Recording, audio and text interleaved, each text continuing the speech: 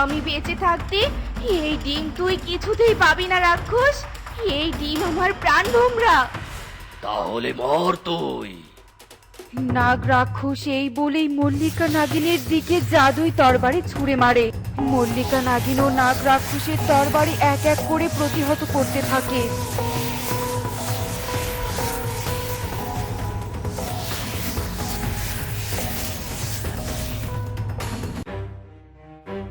কিছুই ভালো লাগছে না, কিছুই না। আমার এত শক্তি দিয়েও আজ পর্যন্ত একটা রাজ্য দখল করতে পারিনি।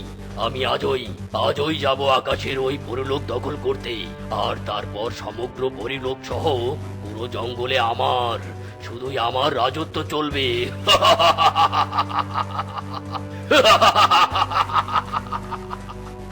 এই বলেই নাগ রাক্ষস জাদু দিয়ে তার নিজের রূপ পরিবর্তন করে একটা বাজ পাখির রূপ ধারণ করে আর গুহা থেকে বেরিয়ে পরিলোকের দিকে চলতে থাকে।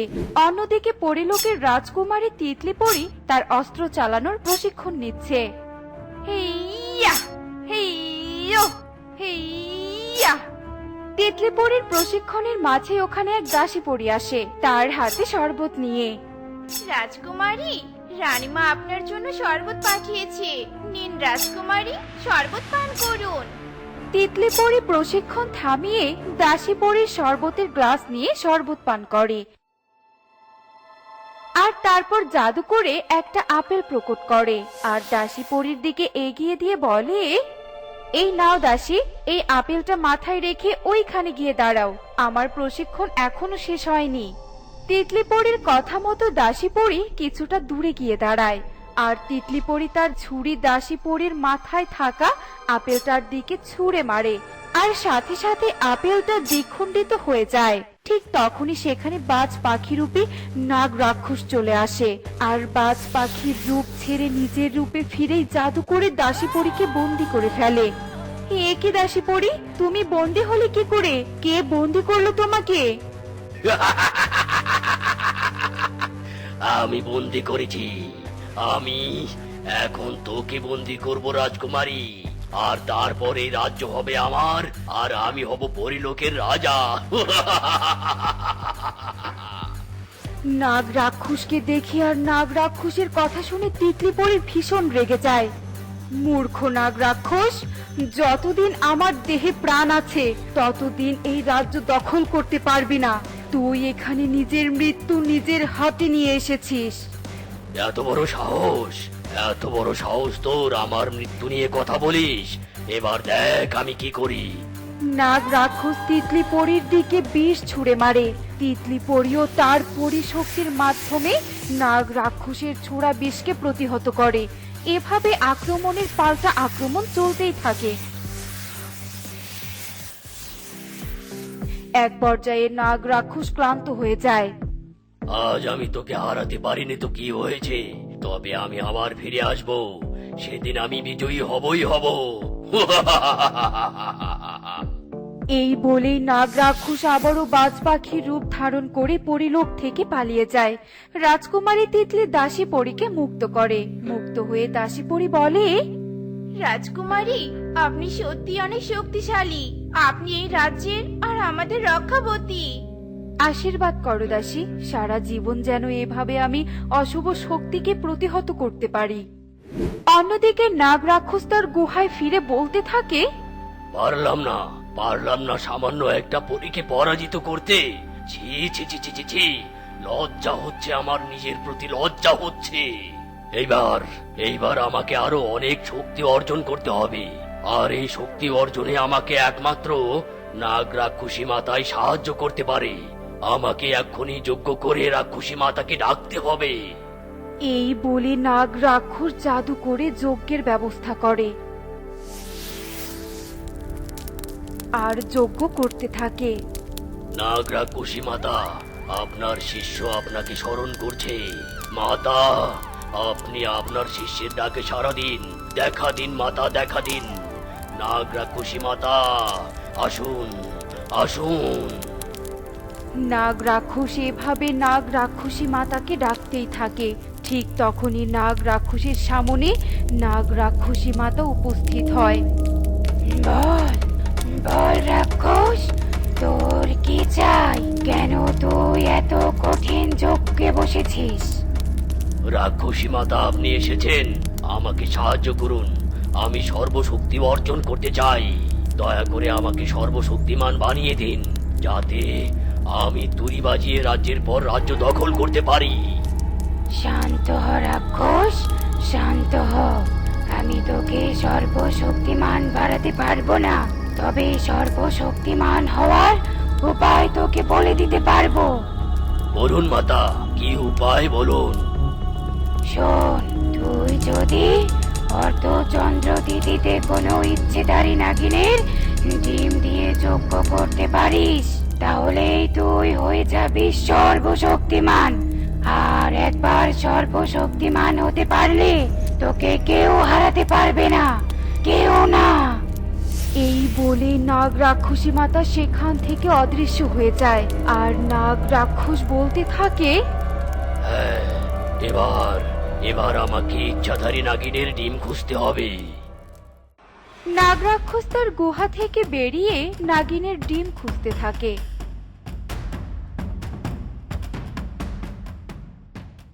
অন্যদিকে ওই জঙ্গলের আরেকটা গুহায় মল্লিকা নাগিন তার একটা ডিম নিয়ে থাকে। মল্লিকা নাগিন তার ডিমকে হাতে নিয়ে বলে, আমার সোনা, মা যে তোর জন্য অনেক অপেক্ষা করছে। তুই তাড়াতাড়ি মায়ের কোলে চলে আয় মা, মা তোকে অনেক আদর করবে। মল্লিকা নাগিন তার ডিমকে যখন আদর করতে ব্যস্ত, ঠিক তখনই সেখানে নাগ রাক্ষসের আগমন ঘটে। নাগ রাক্ষস নাগিনের উদ্দেশ্যে বলতে থাকে, মন ভরে আদর করে নে, কারণ ওই ডিম আমার কাছে আসার পর তুই আর আদর করতে পারবি না। হে কি, নাগ রাক্ষস, তুই এখানে? মূর্খ নাগিন, আমি তোর ডিম নিতেই এখানে এসেছি। আর ভালোই ভালোই বলছি, ডিমটা আমার হাতে তুলে দে, আমার হাতে তুলে দে। আমি বেঁচে থাকতে এই ডিম তুই কিছুতেই পাবি না রাক্ষস। এই ডিম আমার প্রাণ ভোমরা। তাহলে মর তুই। নাগ রাক্ষস এই বলেই মল্লিকা নাগিনের দিকে জাদুই তরবারি ছুঁড়ে মারে। মল্লিকা নাগিন ও নাগ রাক্ষসের তরবারি এক এক করে প্রতিহত করতে থাকে।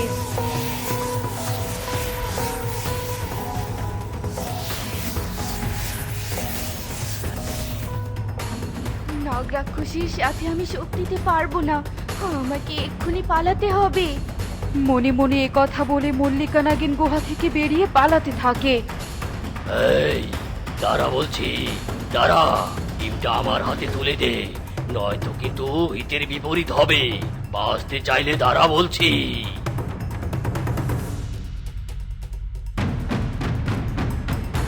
নাগ রাক্ষসের হুঙ্কার শুনে মল্লিকা নাগিন আরো দ্রুত ছুটতে থাকে। নাগ রাক্ষস বিরক্ত হয়ে নাগিনীর পিছু পিছু ছুটতে ছুটতে আবারও জাদুই তরবারি ছুটতে থাকে। এই শয়তান নাগ রাক্ষস তো আমার পিছু কিছুতেই ছাড়ছে না। আমাকে কোথাও একটা লুকাতে হবে। মল্লিকা নাগিন তার কথা মতো একটা গাছের আড়ালে লুকিয়ে পড়ে। হে বিধাতা, সাহায্য করো আমাকে, ওই রাক্ষসের হাত থেকে আমাকে বাঁচাও, বাঁচাও। নাগিন যে গাছের আড়ালে লুকিয়েছিল, সেই গাছের ডালে এক ছোট্ট টুনি পাখি তার বাসায় বসেছিল। টুনি পাখি নাগিনকে এই অবস্থায় দেখে বলে, মল্লিকা নাগিন, তোমাকে এত অস্থির দেখাচ্ছে কেন? কি হয়েছে?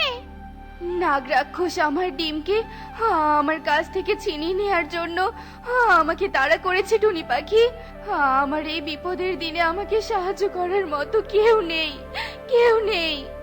কেঁদো না নাগিন, আমি তোমাকে সাহায্য করব। তোমার ডিমটা আমাকে দাও, আমার বাসায় লুকিয়ে রাখবো।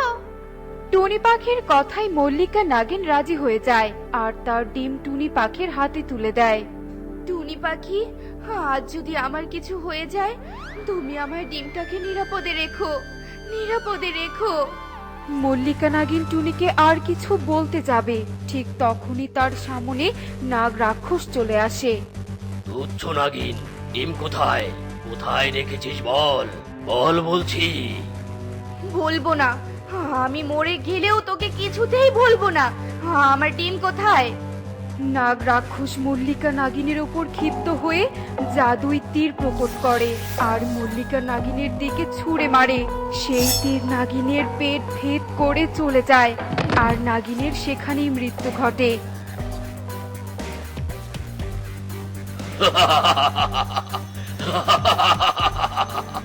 আমার কথা যে অমান্য করে তাকে আমি কঠোর শাস্তি দেই। যাই, তাড়াতাড়ি ডিমটা খুঁজি। এই বলেই নাগ রাক্ষস সেখান থেকে চলে যায়। এদিকে টুনি পাখি তার বাসায় বসে চুপটি করে সব দেখে চোখের জল ফেলতে থাকে আর নাগিনের ডিমের উদ্দেশ্যে মনে মনে বলতে থাকে, ডিম সোনা, তোর কপালটা অনেক খারাপ। তোর জন্মের আগেই যে তোর মা আর নেই। দেরি নয়, আমি এক্ষুনি তোকে পরিলোকের রাজকুমারী তিতলিপরির কাছে নিয়ে যাব। পরিলোকেই যে তোর এখন নিরাপদ আশ্রয়। টুনি যখন এসব বলছিল ঠিক ডিম থেকে একটা নাগিন কন্যা বেরিয়ে আসে। হায় হায়, ডিম থেকে যে নাগিন কন্যা বের হলো। এবার আমি এই নাগিন কন্যাকে কি করে পরিলোকে নিয়ে যাব? আমি বরং রাজকুমারী তিতলিপরিকে এই জঙ্গলে ডাকি। রাজকুমারী তিতলিপরি, তুমি শুনতে পাচ্ছ আমার ডাক? তিতলিপরি, তিতলিপরি, জঙ্গলে নেমে এসো। টুনির ডাক শুনে তিতলিপরি পরিলোক থেকে নেমে টুনির সামনে চলে আসে। বলো টুনি, আমাকে কেন ডাকছো? তিতলিপরি, আমার জন্য তোমাকে ডাকিনি, তোমাকে এই নাগিন কন্যার জন্য ডেকেছি। তোমার বাসায় নাগিন কন্যা কি করে? আর এই নাগিন কন্যার মা কোথায়? বলছি পরি, বলছি, আমি তোমাকে সব বলছি। এই নাগিন কন্যার সাথে কি কি ঘটেছে। টুনি তার চোখের সামনে ঘটে যাওয়া সব ঘটনা তিতলিপরিকে খুলে বলে। টুনির মুখে নাগ রাক্ষসের কথা শুনে তিতলিপরি ভীষণ রেগে যায়। ওই নাগ রাক্ষসের বড্ড বার বেড়েছে। ওর জন্য আজ একটা কন্যা মাহারা হয়েছে। ওকে তো আমি ছাড়বো না। নাগ রাক্ষস, আমি আসছি তোর ধ্বংসলীলা ঘটাতে। টুনি, নাগিন কন্যাকে দেখে রেখো, আমি আসছি। তিতলিপরি টুনির ওখান থেকে সোজা নাগ রাক্ষসের সামনে চলে আসে। নাগ রাক্ষস তার সামনে তিতলিপরিকে দেখে বলে, তুই তুই এখানে? হ্যাঁ, আমি তোকে আজ একেবারে শেষ করতে চলে এসেছি শয়তান। এ, আমার জঙ্গলে এসে আমাকে হুমকি দিচ্ছিস? বেয়াদব পরি, আজ তুই বাঁচবি না। বাঁচবি না। নাগ রাক্ষস তিতলিপরির দিকে জাদু ছুঁড়ে মারে আর তিতলিপরিও তার সর্বশক্তি দিয়ে একটা জাদুই ত্রিশূল প্রকট করে আর নাগ রাক্ষসের বুকে ছুঁড়ে মারে আর ত্রিশূল গিয়ে সোজা নাগ রাক্ষসের বুকে গিয়ে বিঁধে।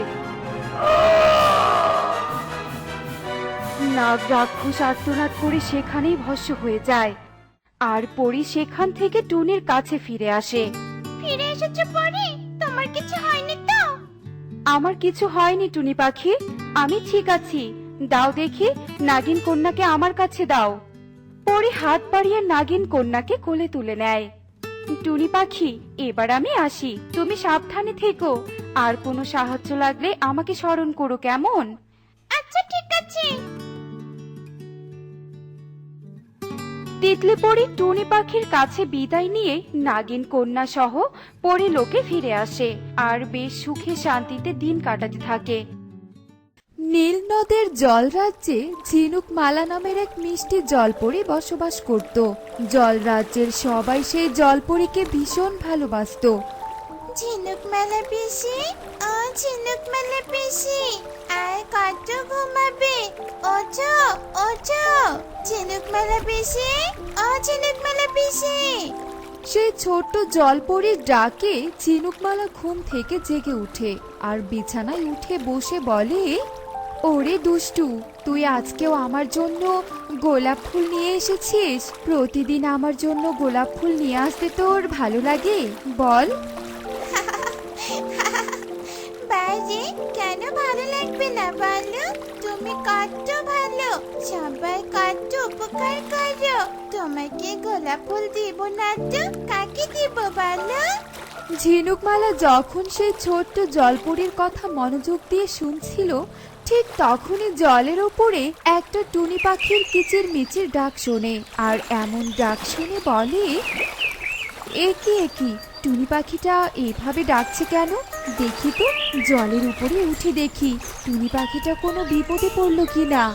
এ কথা বলে ঝিনুকমালা দ্রুত জলের ওপরে ওঠে আর দেখে যে একটা একচোখা ডাইনি ছোট্ট একটা টুনি পাখিকে চেপে ধরে আছে। ছাড় ডাইনি, আমাকে ছাড়, ছেড়ে দে আমাকে, ছেড়ে দে, বাঁচাও, কে কোথায় আছো, বাঁচাও আমাকে, বাঁচাও। ছোট্ট টুনি, তোকে কে বাঁচাবে? কতদিন থেকে আমি পাখির মাংস খাই না, আজকে তোকে চিবিয়ে খেয়ে আমি সেই স্বাদ মেটাবো। এ কথা বলে সেই একচোখা ডাইনি যেমনি টুনি পাখিটাকে খেতে যায় অমনি ঝিনুকমালা জাদু দিয়ে তার হাতে তীর ধনুক আনে আর সোজা ডাইনির হাতে তীর ছোড়ে। কে কে কে কে আমার হাতে তীর ছুঁড়লো? কার এত বড় সাহস? এ কি ঝিনুকমালা, তুই? হ্যাঁ আমি। তোর এত বড় সাহস, তুই অন্যায়ভাবে একটা পাখিকে খেতে চাচ্ছিস? যা, চলে যা, আমি থাকতে তুই কারো ক্ষতি করতে পারবি না। যাবি নাকি আরো একটা তীর ছুড়বো? কাজটা তুই ভালো করলি না ঝিনুকমালা, এর শাস্তি আমি তোকে একদিন দিয়েই ছাড়বো। এ কথা বলে সেই একচোখা ডাইনি জলের মধ্যে ডুব দিয়ে সেখান থেকে চলে যায়। আর তখনই টুনি পাখি বলে ওঠে, ঝিনুকমালা, ভাগ্যিস তুমি এই সময় এসেছিলে, নয়তো আমার কি যে হতো, ওই ডাইনি ঠিক আমাকে খেয়ে ফেলতো। তুমি খুব ভালো ঝিনুকমালা, তুমি খুব ভালো। আমি থাকতে কারো কোনো ক্ষতি হতে দিব না। তুমি এবার নিশ্চিন্তে বাসায় থাকো, আমি চলি। এ কথা বলে ঝিনুকমালা জলের তল দেশে চলে যায়। আর তখনই ঝিনুকমালার কাছে একটা নাগিন আসে। ঝিনুকমালা, ঝিনুকমালা, আমি তোমার কাছে আসছিলাম। আমার ছেলেটা বড্ড অসুস্থ, কোনো কিছুতেই সুস্থ হচ্ছে না। তুমি একমাত্র ভরসা, বলে দাও না কোনো উপায় যাতে আমার ছেলেটা সুস্থ হয়ে ওঠে। আহারে নাগিন, তুমি কোনো চিন্তা করো না, তোমার ছেলে অবশ্যই সুস্থ হয়ে উঠবে। এ কথা বলে ঝিনুকমালা জাদু করে হাতে একটা নীল মুক্ত নিয়ে আসে আর সেই মুক্ত নাগিনের দিকে এগিয়ে দিয়ে বলে, এই নাও নীল মুক্ত, এই মুক্ত তোমার ছেলের কপালে ছোঁয়ালেই তোমার ছেলে সুস্থ হয়ে উঠবে। তোমার মতো এত উপকারী জলপরি আমি আগে কখনো দেখিনি। এবার আমি আসি তাহলে ঝিনুকমালা। এ কথা বলে নাগিন সেই নীল মুক্ত নিয়ে সেখান থেকে চলে যায়। আর যাওয়ার পথে সেই এক চোখা ডাইনি নাগিনের পথ আটকে দাঁড়ায়। বাহ, তোর হাতে কি সুন্দর নীল মুক্তটা, দে আমাকে দিয়ে দে ওটা। খবরদার ডাইনি, এই মুক্তোর দিকে নজর দিবি না। ঝিনুকমালা আমাকে এই নীল মুক্তো দিয়েছে। তুই তো ঝিনুকমালার মতো কারো উপকার করতে পারিস না, শুধু শুধু অন্যের ক্ষতি করার চিন্তায় থাকিস। সব দিকে শুধু ঝিনুকমালা আর ঝিনুকমালা। ওই ঝিনুকমালার জন্য এই জলরাজ্যে কেউ আমাকে দাম দেয় না। যখনই কোনো কাজ করতে চাই তখনই ওই ঝিনুকমালা এসে বাধা দেয়। আজ আর কাউকে ভয় পাবো না। ওই নীল মুক্ত তোর হাত থেকে যে করেই হোক আমি নিবই নিব। এ কথা বলে এক চোখা ডাইনি তার জাদু শক্তি দিয়ে জাদুর রশি নিয়ে আসে আর সেই রশি দিয়ে নাগিনকে বেঁধে ফেলে। ছাড় আমাকে, আমাকে ছাড়, ছাড় বলছি, আমাকে ছাড়। এবার দেখি ওই নীল মুক্ত নিতে তুই কিভাবে বাধা দিস। ডাইনি, এই নীল মুক্ত তুই নিস না। এই নীল মুক্ত দিয়ে আমি আমার ছেলেকে সুস্থ করে তুলবো। আমাকে যেতে দে, আমাকে যেতে দে, তুই যেতে দে। ডাইনি নাগিনের কোনো কথাই শোনে না। ডাইনি ওই নীলমুক্ত নেওয়ার জন্য তার হাত লম্বা করতেই ঝিনুকমালা সেখানে এসেই ডাইনির হাত খপ করে ধরে ফেলে আর ডাইনিকে রাগান্বিত স্বরে বলে, তুই আবার একজনের ক্ষতি করার চেষ্টা করছিস? এখনো সময় আছে, শুধরে যা, নয়তো তোর কপালে করুণ পরিণতি আছে। তুই আবার আমার কাজে বাধা দেওয়ার জন্য এসেছিস? আমার কপালে করুণ পরিণতি নেই, আজ তোর কপালে আমি করুণ পরিণতি লিখে দিব। এ কথা বলে ডাইনি জাদু করে তার হাতে একটা তরবারি নিয়ে আসে আর হুঙ্কার দিয়ে ঝিনুকমালাকে বলে ওঠে, আজ তোর সাথে আমি যুদ্ধ করব, আজ তোকে আমি শেষ করে দেব। আমাকে শেষ করবি তুই? পারবি না, কখনোই পারবি না। এ কথা বলে ঝিনুকমালাও তার হাতে জাদু করে একটা তরবারি নিয়ে আসে আর সেই ডাইনির সাথে তরবারি দিয়ে যুদ্ধ করতে থাকে। যুদ্ধ করতে করতে হঠাৎ করে এক চোখা ডাইনির হাত থেকে তরবারি পড়ে যায় আর ডাইনি ভয় পেয়ে বলে ওঠে, না না, আর যুদ্ধ এগিয়ে নেওয়া সম্ভব নয়, আমি আর শক্তিতে পেরে উঠছি না, এখান থেকে আমাকে পালাতে হবে। এ কথা বলে এক চোখা ডাইনি সেখান থেকে পালিয়ে যায় আর জলপরি ঝিনুকমালা বিদ্রুপ স্বরে হাসতে হাসতে বলে ওঠে, পালিয়ে গেলি কোথায়? আয় যুদ্ধ কর আমার সাথে। মনে সৎ সাহস থাকলে সব যুদ্ধে জয়লাভ করা যায়। এ কথা বলে ঝিনুকমালা জাদু দিয়ে নাগিনের দেহ থেকে জাদুই রশ্মি খুলে দেয় আর ছাড়া পেয়ে নাগিন কাঁদতে কাঁদতে বলে, তোমাকে আবারও ধন্যবাদ ঝিনুকমালা, তোমার জন্য আমি ওই ডাইনির হাত থেকে বেঁচে গেলাম। থাক, আর ধন্যবাদ দিতে হবে না। আর কথা না বাড়িয়ে তাড়াতাড়ি ছেলের কাছে গিয়ে ছেলেকে সুস্থ করে তোলো। এরপর নাগিন সেখান থেকে চলে যায়।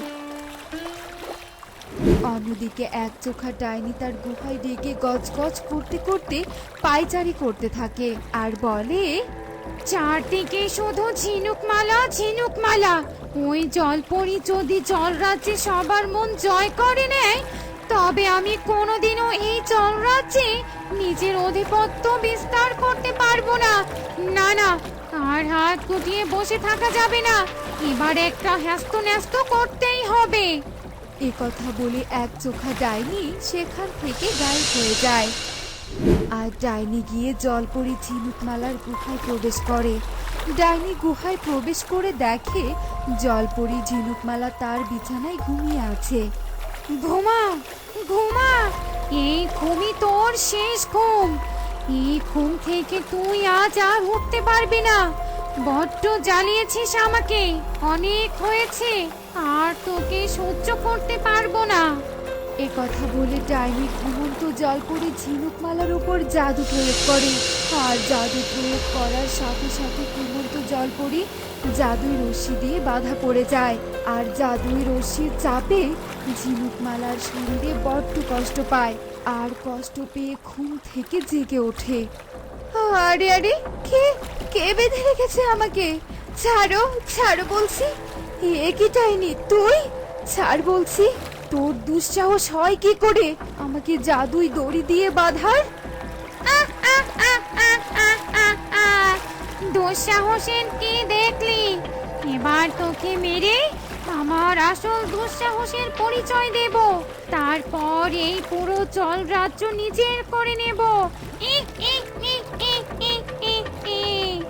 এ কথা বলে এক চোখা ডাইনি তার হাতে জাদু করে একটা তরবারি নিয়ে আসে আর তখনই সেখানে সেই ছোট্ট জলপরি হাতে গোলাপ ফুল নিয়ে আসে। কি ঝিনুকমালা পিসি, তোমার কি হয়েছে? ছোট্ট জলপরি, তাড়াতাড়ি তোর হাতের গোলাপ ফুলটা ছুঁড়ে মার, আর দেরি করিস না, ছুঁড়ে মার ছুঁড়ে মার। ঝিনুকমালার কথা শুনেই সেই ছোট্ট জলপরি তাড়াতাড়ি গোলাপ ফুলটা ঝিনুকমালার দিকে ছুঁড়ে মারে আর সাথে সাথে সেই গোলাপ একটা অগ্নি তরবারিতে পরিণত হয় আর সেই অগ্নি তরবারি ঝিনুকমালা ধরে ফেলে। ঠিক সেই সময় সেই ডাইনিও ঝিনুকমালাকে তরবারি দিয়ে আঘাত করতে যায়। অমনি ঝিনুকমালা তার হাতের অগ্নি তরবারি ডাইনির এক চোখে ঢুকিয়ে দেয়। আমার চোখ গেল, চোখ গেল! শয়তান জলপরি, আমি আমার এক চোখ নিয়ে বেঁচেছিলাম, সেই বেঁচে থাকার প্রদীপও নিভিয়ে দিলি, আমার আর জলরাজ্য দখল করা হলো না। এ কথা বলে এক চোখা ডাইনি সেখানেই মারা যায় আর ডাইনি মারা যাওয়ার সাথে সাথে ঝিনুকমালার শরীর থেকে জাদুই রশ্মি খুলে যায়।